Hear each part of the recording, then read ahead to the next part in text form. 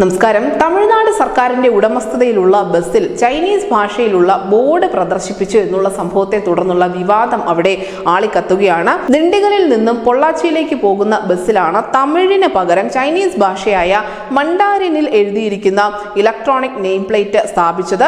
Digital board പ്രവർത്തിപ്പിക്കാൻ ഉപയോഗിക്കുന്ന software ചൈനയിൽ നിർമ്മിച്ചതാണ്.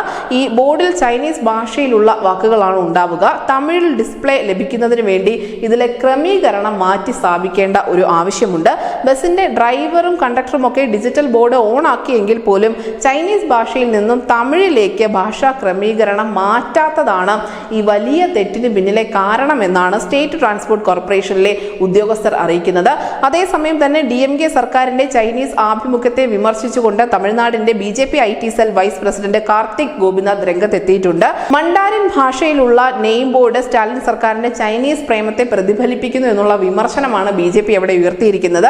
മാത്രമല്ല, കനിമൊഴി അക്ക പറഞ്ഞതുപോലെ ചൈന നമ്മുടെ പ്രഖ്യാപിത ശത്രു അല്ലല്ലോ എന്നുകൂടി അദ്ദേഹം പരിഹസിക്കുന്നുണ്ട്. ഏറ്റവും അധികം ഭാഷാ പ്രേമം ഈ രാജ്യത്തുള്ളത് തമിഴ്നാട്ടിലെ ജനതയ്ക്ക് തന്നെയാണ്.